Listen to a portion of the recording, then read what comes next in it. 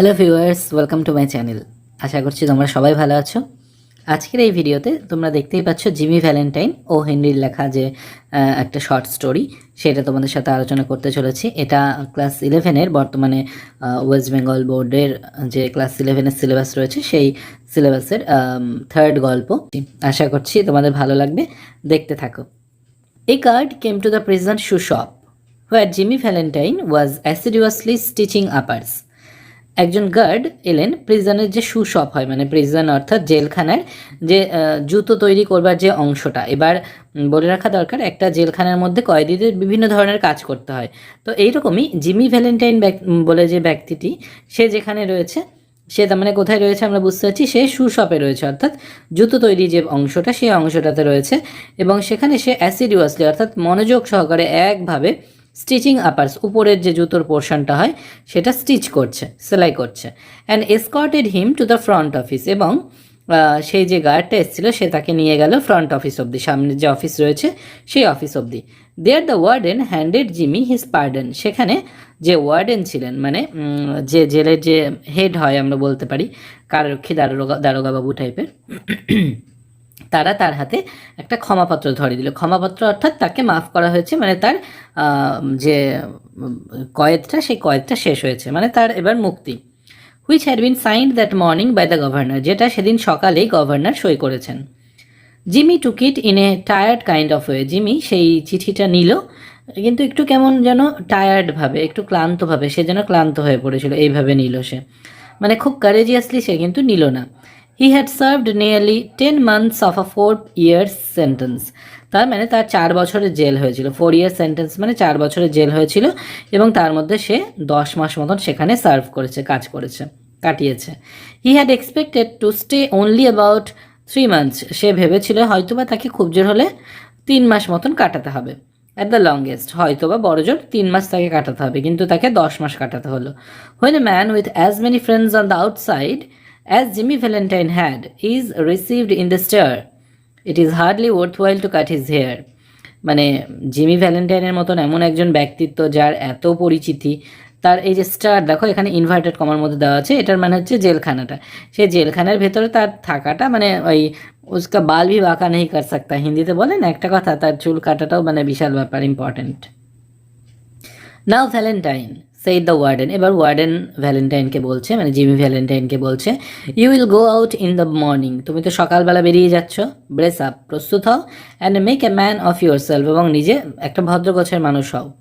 You are not a bad fellow at heart, তুমি তো মনের দিক দিয়ে, আমি যতদূর জানি তুমি মনের দিক দিয়ে বাজে নও।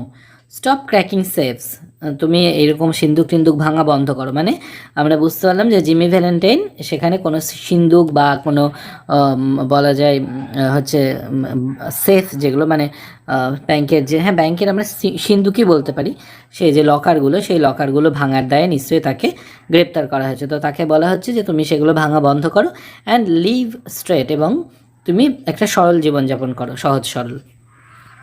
তারপরে মি সেই জিমি ইন সারপ্রাইজ, এবার জিমি যেন অবাক হয়ে যাচ্ছে, অবাক হয়ে বলছে আমি, why I never cracked a safe in my life, আমি তো জীবনেও কখনো কোনো সিন্দুক বা কোনো লকার ভাঙিনি, মানে অ্যাক্টিং যাকে বলে।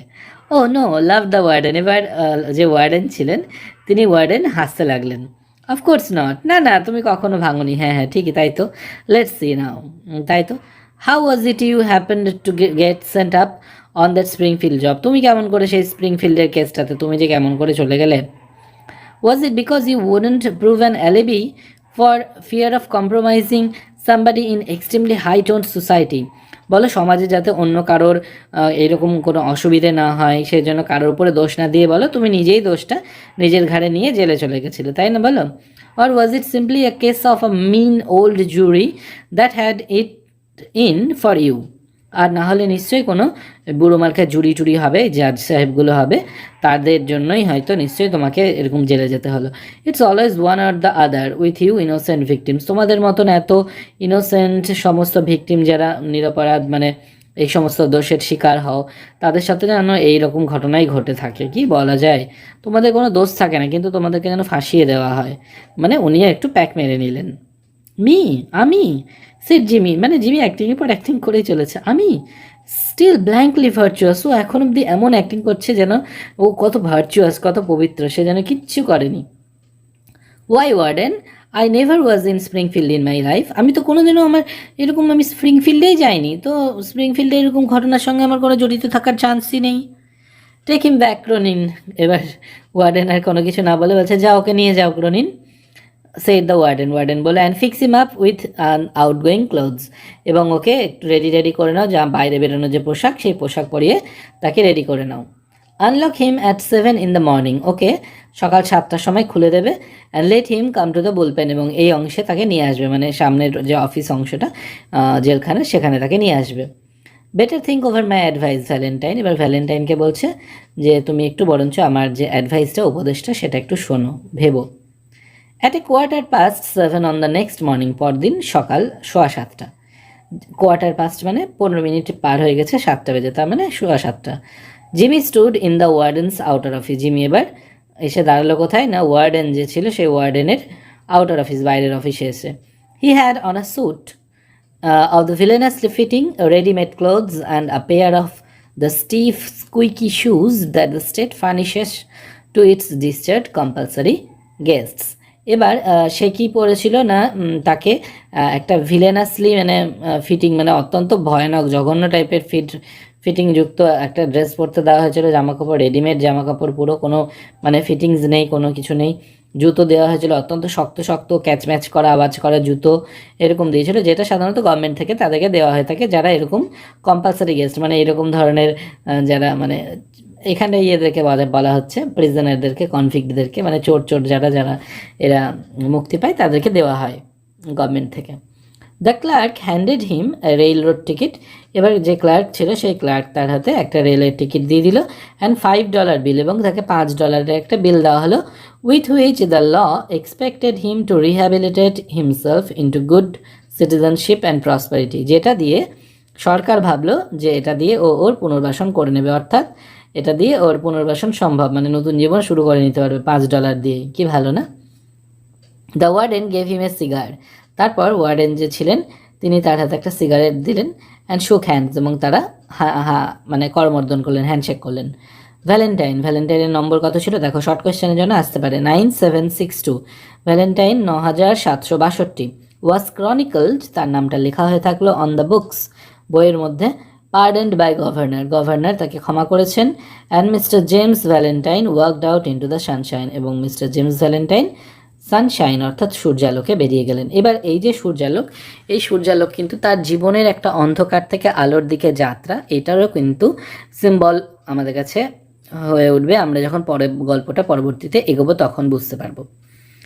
তারপর disregarding the song of the birds, the waving green trees and the smell of the flowers, এই সমস্ত জিনিস অর্থাৎ পাখির গান, গাছপালার সবুজ অংশগুলো বা ফুলের সুগন্ধ, সেইগুলোকে ডিসরিগার্ড করে, পাত্তা না দিয়ে, Jimmy headed straight for a restaurant, Jimmy কী করলো, একটা রেস্টুরেন্টের দিকে সোজা চলে গেল। There he tasted the first sweet joys of liberty in the shape of a broiled chicken and a bottle of white wine. সেখানে সে তার যে এই যে স্বাধীনতাটা, সেই স্বাধীনতাটা কিভাবে উপভোগ করলো না, ব্রয়েলড চিকেন খেয়ে এবং এক বোতল হোয়াইট ওয়াইন, সাদা যে মদ হয় সেই সাদা মদ খেয়ে সেখানে সে আনন্দ করলো, তার যে স্বাধীনতাটা সেটা সে উপভোগ করলো। তার আগে এই পাখির গান টান এগুলো কিচ্ছু শোনেনি সে, ওগুলো না শুনে এমনি, তার মানে সেগুলো তার কাছে কোনো ম্যাটারই করে না। তারপরে সে কী করলো, followed by a cigar a great better than the one the warden had given him, তারপরে একটা সিগারেট জ্বাললো, যেই সিগারেটটা সেই যে ওয়ার্ডেনের দেওয়া সিগারেট তার থেকে অনেক ভালো। From there he proceeded leisurely to the depot, সেখান থেকে সে কী করলো, ডিপোর দিকে অর্থাৎ স্টেশনের দিকে, রেলওয়ের স্টেশনের দিকে রওনা দিল। He tossed a quarter into the hat of a blind man sitting by the door and boarded his train, এবার কী করলো, সে যেতে যেতে ছুড়ে দিল 1/4 মানে সিকি ভাগ টাকা একটা অন্ধ লোকের টুপিতে, যে তার পাশেই বসেছিল, মানে দরজার পাশেই বসেছিল, এবং তারপরে সে ট্রেনে উঠে গেল। 3 hours set him down in a little town, 3 ঘন্টা পর সে একটা ছোট শহরে পৌঁছলো গিয়ে, নিয়ার দ্য স্টেট লাইন যে মানে রাজ্যের যে সীমান্ত সেইখানে। He went to the cafe of one Mike Dolan, সেখানে মাইক ডোলান বলে একজনের কোনো ক্যাফে ছিল, সেখানে গেল। অ্যান্ড শুক হ্যান্ডস উইথ মাইক, এবং মাইকের সাথে গিয়ে হ্যান্ডশেক করলো। হু ওয়াজ অ্যালোন বিহাইন্ড দ্য বার, যেখানে সে ওই বারের পেছনে সে একাকী ছিল তার ক্যাফেতে।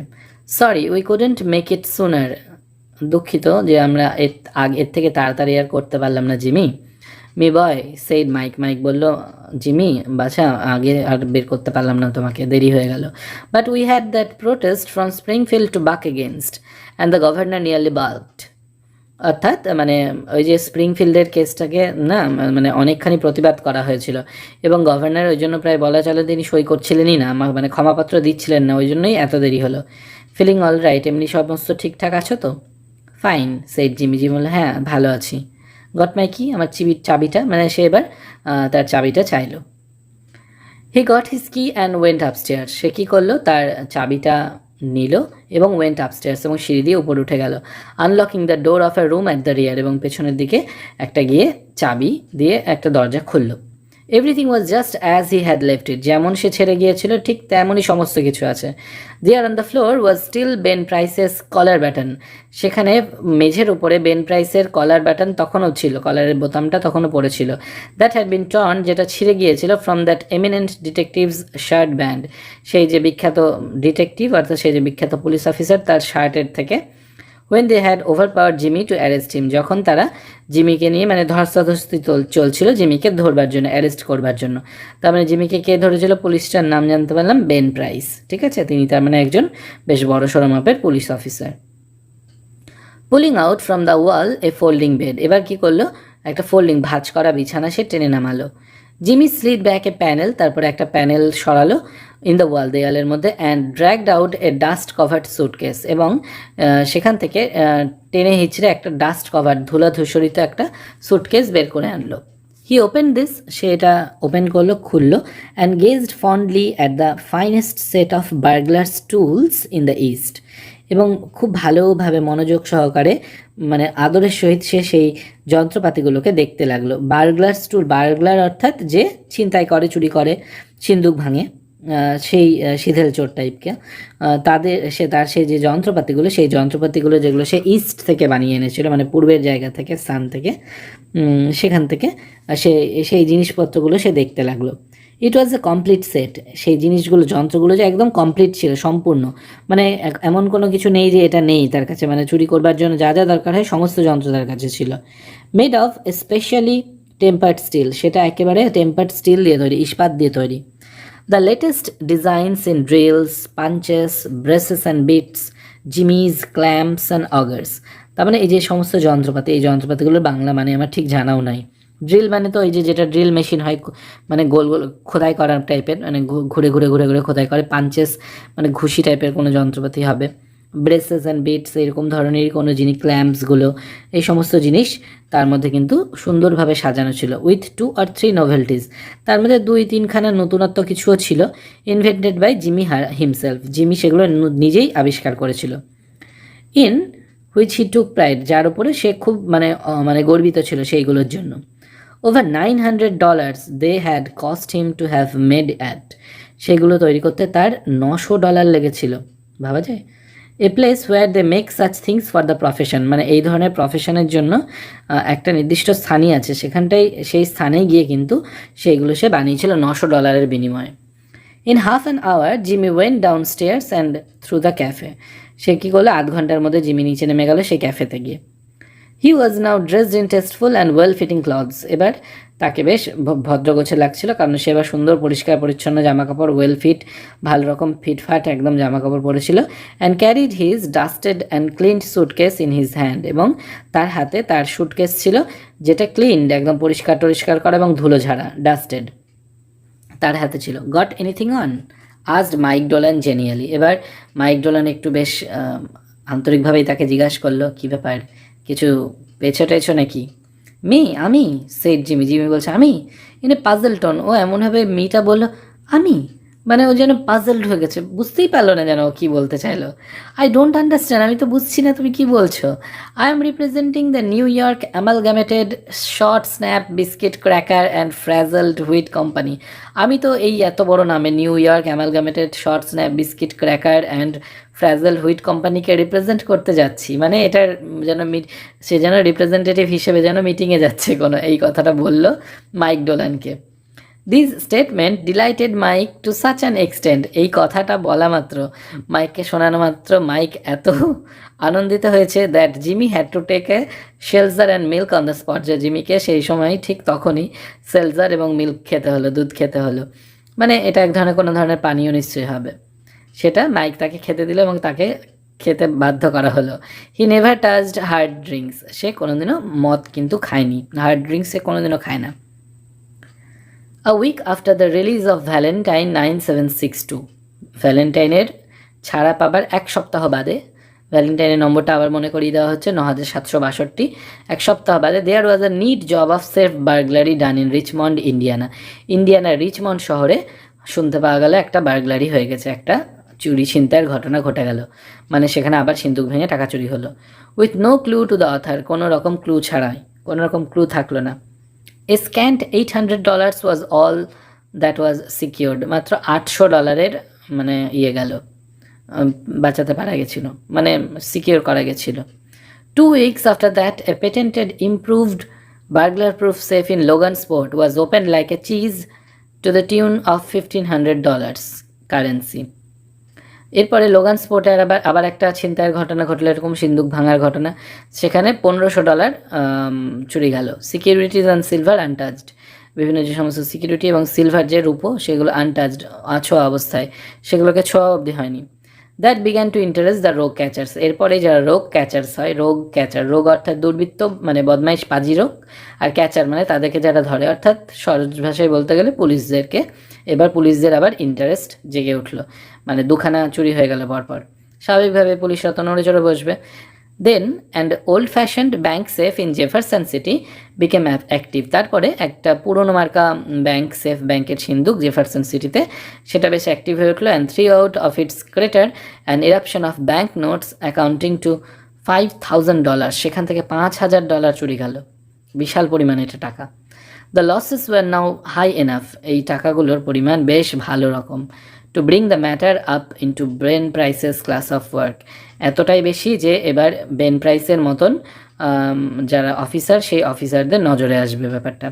বাই কম্পেয়ারিং নোটস, বিভিন্ন সমস্ত নোটসগুলো কম্পেয়ার করে, remarkable similarity in the methods of burglaries was noticed, এক ধরনের সিমিলারিটি দেখতে পাওয়া গেল। Ben Price investigated the scenes, Ben Price এবার যে সিনগুলো ছিল বিভিন্ন স্থানগুলো সেগুলো ইনভেস্টিগেট করলো, অফ দ্য রবারিজ, সেই যে ছিনতাইয়ের যে স্থানগুলো সেগুলোতে ঘুরলো, and was hard to remark, এবং তাকে বলতে শোনা গেল, that's dandy Jim Valentine's autograph, এটা জিমি ভ্যালেন্টাইনেরই কাজ। He has resumed his business, সে তার কাজ আবার শুরু করেছে। লুক অ্যাট দ্যাট কম্বিনেশন নব, এই কম্বিনেশন নবটাকে ভালো করে দেখো। Jerked out as easy as pulling up a radish in wet weather, যেন এমন করে ভেঙে বের করা হয়েছে যেন বর্ষাকালের মধ্যে মূলো তুলে আনা হয়। বর্ষাকালে কি মূলো আলগা হয়ে যায়, খপ করে মূলোর থেকে মাটি থেকে মূলোটা তুলে আনা যায়, ঠিক তেমনভাবে যেন মনে হচ্ছে সেই যে কম্বিনেশন নবটা সেটাকে ভেঙে ফেলে দরজা খুলে টাকা বের করা হয়েছে। He has got the only ক্ল্যাম্পস that can do it, তার কাছেই কেবলমাত্র এরকম ধরনের ক্ল্যাম্প আছে যেটা দিয়ে সেই কাজটা করতে পারে। And look how clean those tumblers were punched out, কেমন করে দেখো তালার পিছন অংশটা ভেঙে ফেলা হয়েছে। Jimmy never has to drill but one hole, জিমিকে কিন্তু একটা গর্ত ছাড়া আর বেশি গর্ত করতে হয় না। Yes I guess I want mister Valentine, হ্যাঁ আমার মনে হচ্ছে এবার আমার মিসেস ভ্যালেন্টাইনকেই চাই। He will do his bit next time without any short time or clemency foolishness, সে আর বেশি দিন সময় নেবে না, এর মধ্যে আবার সে কিন্তু আরেকটা কোনো কাজ করবে। Ben Price knew Jimmy's habits, Ben Price কিন্তু জিমির হ্যাবিটগুলো খুব ভালোভাবে সে জানে। He had learned them while working on the Springfield case. যখন স্প্রিংফিল্ডের কেসটার উপরে বেন প্রাইস মানে খাটছিল, ঠিক তখনই সে এই যে জিমির বিভিন্ন হ্যাবিটগুলো সম্বন্ধে জানতে পেরেছিল। কি লং জাম্পস, কুইক গেট অ্যাওয়েজ, মানে লং জাম্প দিতে পারে সে, কুইক গেট অ্যাওয়েজ খুব তাড়াতাড়ি বেরিয়ে যায়, নো কনফিডেন্স, তার কোনো সঙ্গী সাথী নেই, and a taste for good society, এবং একটা ভালো সোসাইটিতে সে থাকে। These ways had helped Mr. Valentine to become rooted as a successful dodger of retribution. এই সমস্তর জন্যই কিন্তু সে এতখানি মানে পেয়ে গিয়েছে, এতখানি পেরেছে। It was given out that Ben Price had taken up the trail of the elusive cracksman, and other people with burglar-proof safes felt more at ease. এবার হচ্ছে গিয়ে বেন প্রাইস তো তার কাজটা তার নিয়ে নিল, এবং অন্য যাদের মোটামুটি burglar-proof safes তারা একটু শান্তি পেল। তো আজকে আমি এত দূরই রাখছি।